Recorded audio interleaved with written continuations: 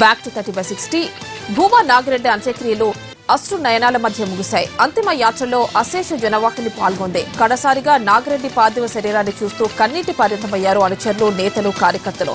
హాళ్లగడ్డలోని శోభాఘాట్ దగ్గరే భూమా అంత్యక్రియలు ప్రభుత్వ లాంఛనాలతో ముగిశాయి. తండ్రికి అంత్యక్రియలు నిర్వహించారు జగత్ విఖ్యాత్ రెడ్డి. సీఎం చంద్రబాబు, మంత్రులు, ఎమ్మెల్యేలు భూమా అంత్యక్రియల్లో పాల్గొన్నారు. అనంతపురం జిల్లా హిందూపురంలోని లేపాక్షి నాలెడ్జ్ హబ్ భూముల్ని తిరిగి రైతులకు అప్పగించాలని డిమాండ్ చేసింది సిపిఎం. లేపాక్షి నాలెడ్జ్ హబ్ కార్యాలయాన్ని పరిశీలించిన సిపిఎం రాష్ట్ర కార్యదర్శి మధు రైతులతో చర్చించారు. ఇప్పటి వరకు ఒక్క పరిశ్రమ ఏర్పాటు కానందున సేకరించిన 8,744 ఎకరాల భూముల్ని రైతులకు అప్పగించాలన్నారు. సెజ్ల కోసం రాష్ట్రంలో సేకరించిన 37,000 ఎకరాల భూములు నిరుపయోగమయ్యాయని, వాటిని కూడా రైతులకు తిరిగి ఇవ్వాలని డిమాండ్ చేశారు. రేపటి నుంచి తెలంగాణలో ఒంటిపూట బడులు నిర్వహించాలని విద్యాశాఖ ఆదేశాలు జారీ చేసింది. వేసవి ఎండల దృష్ట్యా ఏప్రిల్ 23 వరకు ఒంటిపూట బడులు జరుగుతాయి. ఈ మేరకు డీఈఓలకు పాఠశాల విద్యా డైరెక్టర్ ఉత్తర్వులు జారీ చేశారు. కొత్త విద్యా సంవత్సరాన్ని ఈ నెల 21 నుంచే మొదలు పెట్టాలని అందులో పేర్కొన్నారు.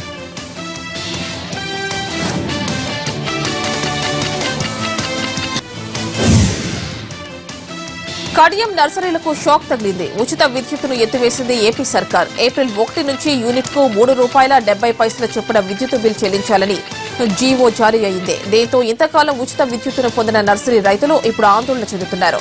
ఒక కడియం మండలంలోనే నర్సరీలకు 1,200కు పైగా మోటార్లుండగా మండపేట, ఆలమూరు, రాజానగరం, రంగంపేట మండలాల్లో మరో 100 వరకు నర్సరీ మోటార్లున్నాయి. దీనికి సంబంధించి పూర్తి సర్వే చేసి జాబితాను సిద్దం చేశారు అధికారులు.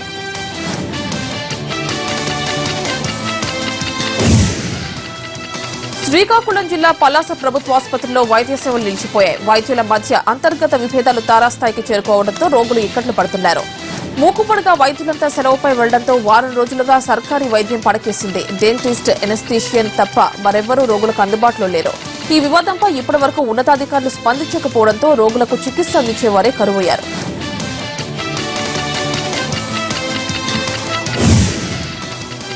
పలాస ఆసుపత్రిలో డాక్టర్లు గ్రూపులుగా విడిపోయారు. పరస్పర ఆరోపణలు, ప్రత్యారోపణలతో విరుచుకుపడుతున్నారు. విధుల్లో వంతులు వేసుకుంటున్నారు. మాటామాటా పెరిగి 4 డాక్టర్లు లీవ్పై వెళ్లారు. అయితే ఈ గొడవలకు కారణం ఆసుపత్రి సూపరింటెండెంట్ వేధింపులే కారణమనే ఆరోపణలు కూడా వినిపిస్తున్నాయి. రోజుకో రకమైన ఆదేశాలు ఇస్తుండటంతో వైద్యులంతా నిరసన తెలిపేందుకే మూకుమ్మడి సెలవుపై వెళ్లారనే ప్రచారమూ జరుగుతోంది. ఏదేమైనా ఇప్పటికే ఉన్నతాధికారులు స్పందించి చర్యలు తీసుకోవాలంటూ కోరుతున్నారు పేషెంట్స్. కరీంనగర్ మేయర్ రవీందర్ సింగ్ నూతన ఒరవడికి శ్రీకారం చుట్టారు. కార్పొరేషన్ కు పన్ను బకాయిలు ఉన్న ప్రభుత్వ ఆఫీసులకు సైకిల్పై వెళ్లారు. ఆయా ఆఫీసుల్లోని అధికారులకు గులాబీ పువ్వు ఇచ్చారు. దాంతో పాటే కట్టాల్సిన పన్ను మొత్తానికి సంబంధించిన లిస్ట్ ఇచ్చారు. త్వరలోనే బకాయిలు క్లియర్ చేయాలని కోరుతూ ముందుకు సాగారు.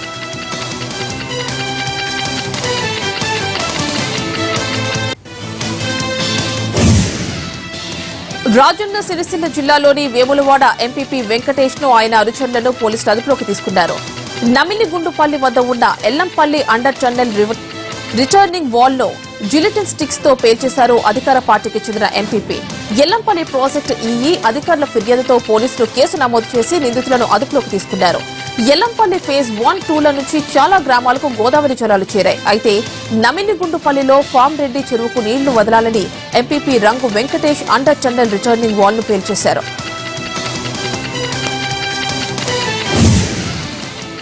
నిజామాబాద్ జిల్లా బోధన్ మండలంలోని హుస్నా గ్రామంలో పిడిగుద్దులాట ప్రశాంతంగా ముగిసింది. గ్రామం సుభిక్షంగా ఉండాలని 125 ఏళ్లుగా హున్సా గ్రామంలో హోలీ పండుగ రోజు పిడిగుద్దులాట జరపడం ఆనవాయితీగా వస్తోంది. దీంతో హనుమాన్ మందిరం వద్ద గ్రామస్తులు 2 వర్గాలుగా విడిపోయి పిడిగుద్దులు కురిపించుకున్నారు. ఆ తర్వాత ఒకరికొకరు శుభాకాంక్షలు తెలుపుకున్నారు.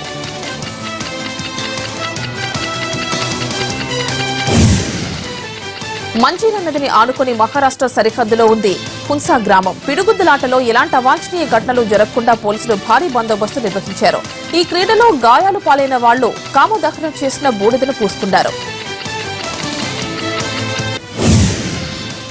ఆదిలాబాద్ జిల్లా బజార్హట్నూర్లోని హోలీ వేడుకలు ఘనంగా జరిగాయి. హోలీకి ఆనవాయితీ ప్రకారం నిర్వహించిన కుస్తీ పోటీలు హోరాహోరీగా జరిగాయి. కుస్తీ పట్లు పట్టేందుకు తెలంగాణ జిల్లా నుంచే కాదు